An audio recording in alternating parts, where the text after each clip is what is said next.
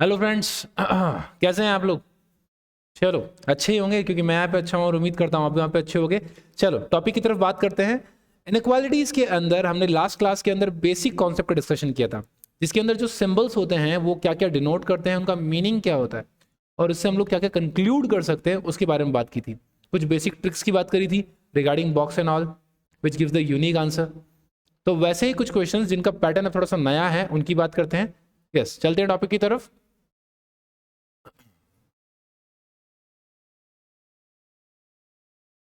Done. क्या कहा गया सर, अब की बार हमें स्टेटमेंट गिवन किया गया है और कंक्लूजन गिवन किया गया है। हमें स्टेटमेंट भी गिवन है, कंक्लूजन भी गिवन है और साथ ही साथ ऑप्शंस भी गिवन है। लास्ट टाइम तो सिर्फ हमसे कंक्लूजन पूछा गया था, एक कंक्लूजन।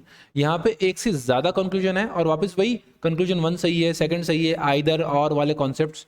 आइदर और मैंने आपको सिखाया था, आइदर और का मतलब होता है या तो फर्स्ट सही हो सकता है या सेकंड सही हो सकता है, दोनों साथ में नहीं हो सकते, या दोनों में से तो एक तो होगा ही होगा।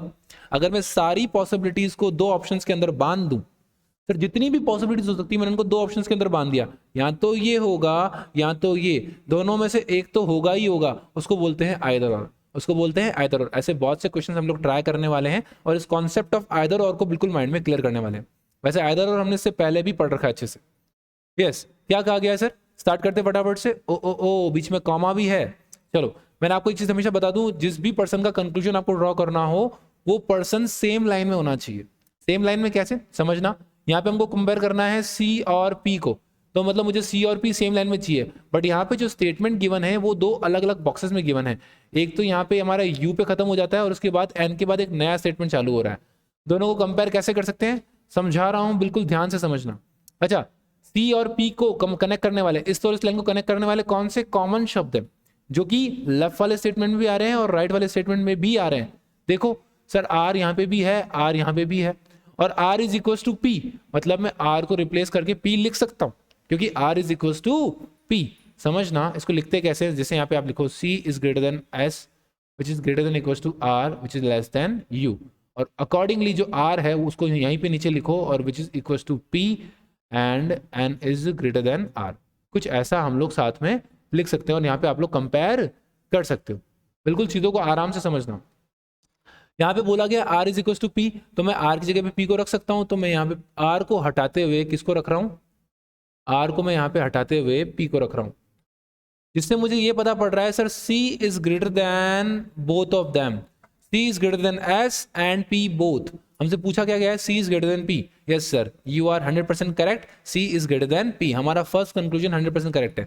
लेकिन अभी भी हम आंसर नहीं निकाल सकते क्योंकि हमसे ये नहीं पूछा कि सर सी ग्रेटर देन पी के है या नहीं। हमको नीचे चार ऑप्शंस दे रखे हैं, पांच ऑप्शंस दे रखे हैं और पांचों में से एक चूज करना है। चलो सेकंड वाले कंक्लूजन को देखते हैं। S is greater than P, नहीं sir, S is greater than और equals to P, S is greater than equals to P.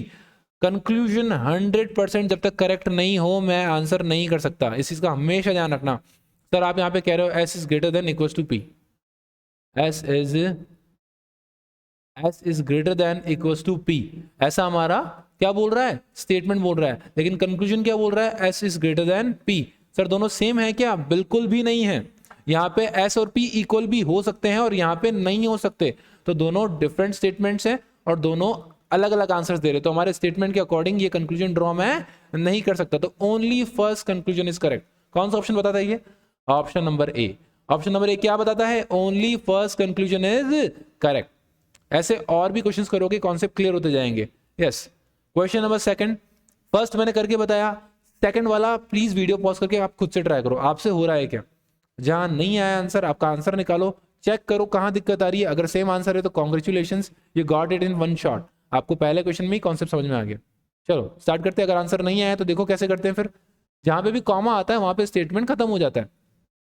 यहाँ पे v और y के बीच में कंक्लूजन हमको ड्रॉ करना है। ये रहा हमारा v, ये रहा हमारा y। अच्छा, v is greater than s, अब इसको कैसे लिखेंगे समझना। Sir s is equal to t which is greater than equal to y, और यहाँ पे कहा गया है v is greater than s, v is greater than s, v is greater than s। इसको कुछ इस टाइप से बनाया जाएगा। क्या करना है, दोनों पर्सन्स के बीच में जो कॉमन नेम है, जैसे यहाँ पे v कॉमन है, सॉरी s कॉमन है, तो दोनों साइड s तक स्टेटमेंट को लेके जाओ। जैसे मैंने यहाँ पे लिखा s is equal to t which is greater than equal to y, और s के इस तरफ जो दूसरा वाला स्टेटमेंट है उसको ज्वाइन कर दिया, v is greater than s। अब ये दोनों एक ही लाइन में आ चुके हैं तो मैं इनको कंपेयर कर सकता हूं, अदरवाइज मैं इनको कंपेयर नहीं कर सकता। कभी भी तुक्का नहीं मारना है please, kindly mean that please. Yes, start करें। Okay, v is greater than y। अच्छा, v के दोनों तरफ में बॉक्स बना ही सकता हूं, मुझे कंक्लूसिव आंसर मिल ही जाएगा। v is greater than all of them. ये बॉक्स बनाने से पहले प्लीज ध्यान रखना कि इनके बीच में कोई ऐसे अपोजिट सिंबल्स ना हो। अगर अपोजिट सिंबल्स है तो फिर मैं आंसर निकाल ही नहीं सकता। v is greater than all of them, तो automatically v is greater than y। h is greater than v। अब सर इसके लिए तो h और v को साथ ही रखना पड़ेगा, और अगेन h और v को ज्वाइन करने के लिए s की हेल्प चाहिए होगी। करते हैं। s is less then whom? s। h is less than s and s is less than whom? y। v, sorry, v। समझना सर, इसने पहले स्टेटमेंट में क्या बोला? h is less than s, मैंने लिख दिया, और s is whom? s is less than v। s is less than v, तो automatically sir v is greater than h। h is less than v, या मैं ये कह सकता हूं v is greater than h। But यहां पे तो उल्टी बात कर रहे हो आप लोग, यहां पे आप कह रहे हो h is greater than v, जबकि यहां से मुझे क्या पता पड़ रहा है? h is less than v, तो ये ऑटोमेटिकली गलत हो जाएगा और हमारा आंसर क्या हो जाएगा? Option number 1। जिसका ये आंसर आया बहुत अच्छी बात है, जिसका नहीं आया बहुत से क्वेश्चन इस टाइप के आपकी शीट में वेट कर रहे हैं। स्किल बूस्टर बी है, अगर ये लगता है आपको क्वेश्चन ईजी, आप पीछे स्किल बूस्टर ट्राई कर सकते हो। b is greater than equal to n। चलो कंपेयर किसको करना है? b और l को, ये दोनों सेम ही स्टेटमेंट के अंदर है, स्टेटमेंट के अंदर ही है, तो मुझे अलग से कुछ करने की जरूरत नहीं है। b is greater than equal to n which is equal to s greater than l। Sir l की तरफ बॉक्स और l के इस तरफ बॉक्स। मैं तो पूरे स्टेटमेंट के अंदर इस साइन को ढूंढता हूं जो कि मुझे यूनिक आंसर दे सके, और आंसर एक ही स्टेप में आता है, l is smaller than all of them. तो ऑटोमेटिकली सर आपका स्टेटमेंट कंक्लूजन क्या कहता है? b is greater than equal to l, which means that l is less than और इक्वल टू b। l या तो कम है या तो बराबर है किसके? b के। लेकिन एज पर द स्टेटमेंट मुझे क्या पता पड़ रहा है? b स्मॉलर देन है, l स्मॉलर देन है किससे? सबसे, तो automatically l is smaller then b also. l छोटा है b से, ये मैं कंक्लूसिवली कह सकता हूं, लेकिन आपका कंक्लूजन तो कुछ और ही कह रहा है। ये तो बोल रहा है बराबर भी हो सकता है, जो कि सेम बात नहीं है, और अगर सेम बात नहीं है तो मैं कंक्लूजन ड्रॉ नहीं कर सकता। नेक्स्ट p और l, अगर p और l को कंपेयर करना है तो दोनों सेम लाइन में होना जरूरी है।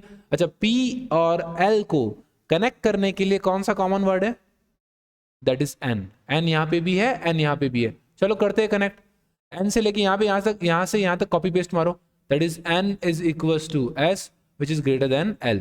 और यहाँ पे क्या बोला गया? n is less than equal to p, तो sir less than equal to p। Done. Again sir वही बॉक्स वाला कॉन्सेप्ट, l की तरफ बॉक्स और यहाँ पे box. l is less than all of them, या मैं ये कह सकता हूँ p, n and s are greater than l, तो automatically p is greater than l। Perfect है, p is greater than l। Conclusion second 100% correct है बेटा, तो क्या हो जाएगा? Option number B, if only conclusion second is true. Concept को बिल्कुल बारीकी से समझना है, आराम से समझना है। ऐसा लग सकता है शुरुआत के 4 से 5 क्वेश्चन में सब थोड़ा सा भारी पड़ रहा है, बिल्कुल आसान है। 5 क्वेश्चंस करने के बाद खुद से ट्राई करो और आंसर हर एक का आएगा। द थिंग इज, 2 बेसिक से फॉर्मुलाज हैं। पहला फॉर्मुला, जिन 2 पर्सन्स को आप कंपेयर कर रहे हो कंक्लूजन के अंदर, वो दोनों सेम लाइन में होने चाहिए, अलग अलग स्टेटमेंट में नहीं होने चाहिए, उनको सेम स्टेटमेंट में लेके आओ। कैसे लेके आए? उन दोनों पर्सन्स के बीच में कोई कॉमन वर्ड होगा ही होगा। जैसे यहाँ पे कौन था? हमारा n, n यहाँ पे भी है, n यहाँ पे भी है, तो जिस पर्सन को कंपेयर करना है फर्स्ट पर्सन को, वहां से लेके n तक का स्टेटमेंट, अगेन जो दूसरे पर्सन से जिससे हम कंपेयर कर रहे हैं वहां से लेके n तक का स्टेटमेंट, दोनों को साथ में रख दो। साथ में रख दोगे तो दोनों एक ही लाइन में आ जाएंगे। देन दूसरा फॉर्मूला, जो दूसरा हमारा स्टेप होगा वो ये होगा कि जिन 2 पर्सन्स को मैं कंपेयर कर रहा हूं उनके बीच में साइंस अपोजिट तो नहीं है, क्योंकि अगर अपोजिट है तो हमारा आंसर आ चुका है कि सर हम कंक्लूजन ड्रॉ नहीं कर सकते, दिमाग लगाने की जरूरत ही नहीं है। क्लियर है? चलते हैं नेक्स्ट क्वेश्चन की तरफ। b is greater than n। Okay done. Conclusion देखते हैं फटाफट से। b is greater than equal to l, b is greater than equal to l। I guess ये सेम क्वेश्चन हमने अभी किया है। Yes. w is less than x। Okay, conclusion क्या है? x और z के बारे में, x ये रहा, z ये रहा, दोनों सेम लाइन के अंदर ही है। चेक कर लेते हैं सर, x और z के बीच में साइन चेंज तो नहीं है? बिल्कुल नहीं है। x ये रहा, x is equal to s which is greater than y which is equal to z। अगर मैं यहाँ पे बॉक्स बनाऊं दोनों की तरफ, तो x is definitely greater than y and z। मुझे y से मतलब नहीं है, मुझे z से मतलब है। x is greater than z। First conclusion correct है। Second, z is less than s। Automatically sir z is less than s है ही, क्योंकि s is because from this diagram we can see that s is greater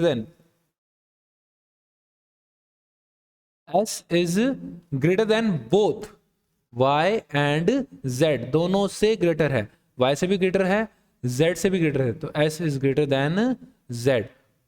definitely ये वाला हमारा option भी correct हो जाएगा। इसको मैं ऐसे भी लिख सकता हूँ, z is less than s, जो कि हमारा कंक्लूजन है।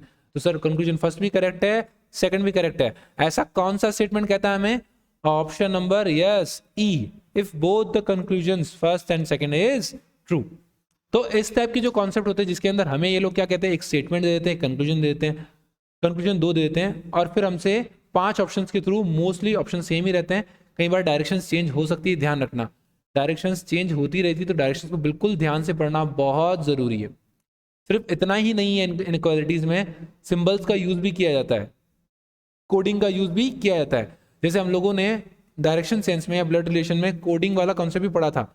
हम किसी और सिंबल से किसी चीज़ को डिनोट कर रहे हैं, जैसे एट द रेट का मतलब ग्रेटर देन हो जाए, या इक्वल्स टू का मतलब लेस देन हो जाए, या ऐसी कोई चीज़ हो जाए। अब सर ऐसी वैसी कोई सी भी चीज़ होगी तो आप वीडियो में बताओगे तो ज़रूर, बिल्कुल बताएंगे। हमारी जो नेक्स्ट वीडियो है इसी पे बेस्ड होगी, जिसके अंदर हम किसी स्पेसिफिक डिजिट को, सिंबल को डिनोट करेंगे किसी less than, greater than, equals to के साइन से, जो कि इनइक्वालिटीज़ को शो करता है, और उसको बहुत अच्छे से समझेंगे, उसके बहुत सारे क्वेश्चन साथ में सॉल्व करेंगे। तो यहाँ की क्लास तो हम लोग यहीं एंड करते हैं। Okay class, have a nice day, thanks for watching this video.